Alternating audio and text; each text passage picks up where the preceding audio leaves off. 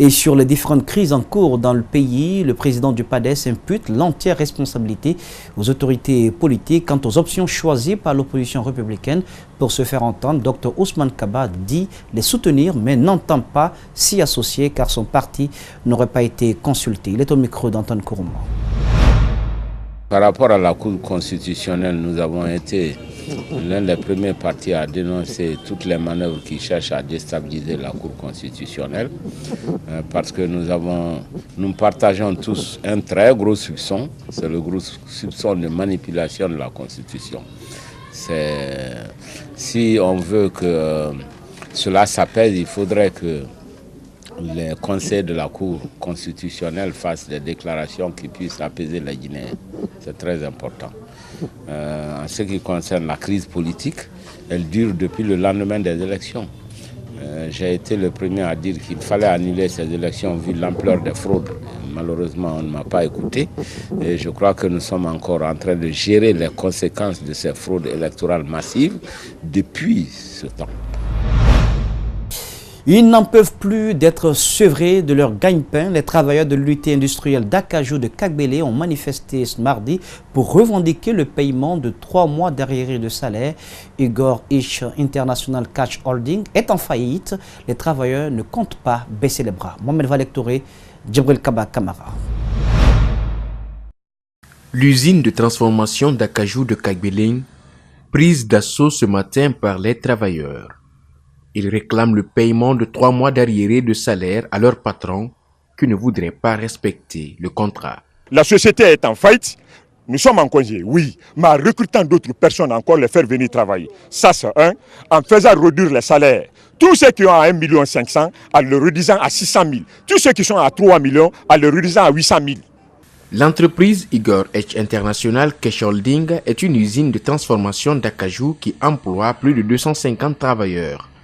Les bérets rouges, par instruction du ministre de la Défense, ont très tôt quadrillé l'usine en vue d'empêcher les travailleurs d'y accéder. Une situation qui a fallu se transformer en drame entre les travailleurs et les services de sécurité déployés. Ils nous ont attaqués au bord de la route. Ils étaient au nombre de 11 militaires bérets rouges, armés jusqu'aux dents. Vous avez vu, je suis même, vous avez vu, ils m'ont même blessé hier. Nous avons travaillé pendant 3 mois, nous ne sommes pas payés. Il a envoyé les militaires encore pour nous frapper. Titov Dimitri est le représentant de l'entreprise. Il reconnaît le non-paiement de 3 mois de salaire des travailleurs, mais pour lui, ils n'ont pas agi conformément à la loi. L'entreprise doit aux travailleurs une partie de leur salaire. Donc l'entreprise ne refuse pas de payer ce reliquat-là. Nous sommes en train de faire tout ce qui est possible pour que les travailleurs puissent entrer en possession de ce qui leur reste comme salaire. Prodiguer des soins adéquats dans les zones rurales est un énorme défi pour l'État, mais aussi pour les populations. Et souvent, le salut vient des ressortissants de ces zones enclavées, comme c'est le cas à Mamou, secteur de Eribaya, plus précisément dans la sous-préfecture de Kenyeko. Un nouveau poste de santé est sorti de terre. L'édifice a été inauguré ce dimanche en présence des autorités locales et régionales. Le poste de santé a été entièrement financé par les ressortissants de la localité. Il porte le nom d'ailleurs d'Alpha Oumar Bari, médecin, maître de conférence à la retraite de l'hôpital national d'Anka. Mamadou Kalisso, Tierno Sadouba. Jusqu'ici, les citoyens de Heribaya se rendaient à Saramoussaya ou à Kenyeko, à des dizaines de kilomètres pour des soins. Désormais, ils peuvent se soigner sur place. Le poste de santé a été construit par les ressortissants du secteur à hauteur de 237 millions de francs guinéens. Il comprend une salle d'attente, le bureau du chef de poste, une salle de soins, 2 salles d'observation, une salle d'accouchement et un magasin.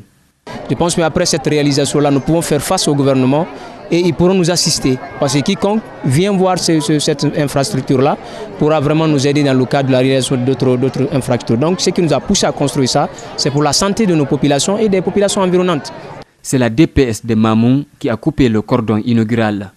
D'après elle, toutes les conditions nécessaires sont réunies pour le bon fonctionnement des postes de santé.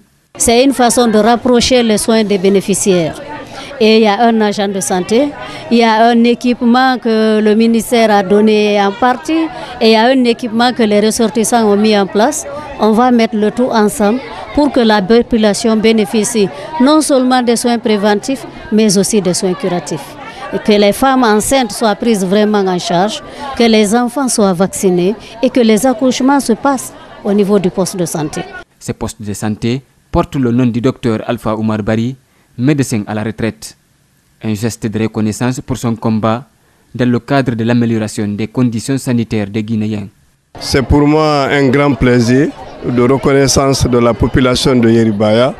Je profite de la même occasion pour les remercier et leur signifier toute ma disponibilité. Et je souhaite que ce centre soit performant et qu'il soit dans l'avenir transformé en centre de santé au lieu de poste de santé.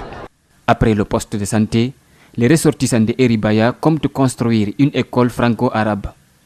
Les autorités ont procédé à la pose de la première pierre. Rotara Club vient de faire don de kits scolaires à l'école Matam Lido 1. Ce lundi, l'association a procédé à la remise de ces outils scolaires aux bénéficiaires en présence d'Aboudraman Bam et d'Amara Alexila. Rotary Club dans l'école primaire de Matam Lido 1. L'association offre des kits scolaires aux élèves de cet établissement public. L'objectif de notre visite aujourd'hui est de faire un don de kits scolaires à ces enfants de cette école publique. Nous avons remarqué qu'en Guinée aujourd'hui, l'éducation est vraiment un problème pour ceux qui sont au public. Parce que ceux qui sont au public, les parents n'ont pas assez de moyens pour subvenir à leurs besoins. Ce responsable de l'école remercie les bienfaiteurs pour ce don, tout en rappelant l'importance de ces outils dans les études. L'élève qui ne sait pas lire, ce n'est pas un élève. Il faut qu'on apprenne à lire. Avec les élèves, on donne les livres. Si on a les livres, pour apprendre les élèves, ce n'est pas difficile. Ce geste est arrivé à point nommé dans cet établissement qui manque presque de tout. Mais les donateurs ne comptent pas s'en tenir qu'à ce geste. On a déjà un projet en cours au sein de cette même école avec l'AJGF, l'Association des jeunes étudiants guinéens en France. Et donc nous avons cette action en partenariat pour effectivement, si vous voulez, rénover une classe ou deux, ou voire même tout l'établissement. Ça dépendra en fait des levées de fonds que nous allons faire à l'international et à l'en local. Aujourd'hui, ils profitent de cet événement pour demander l'aide des institutions internationales.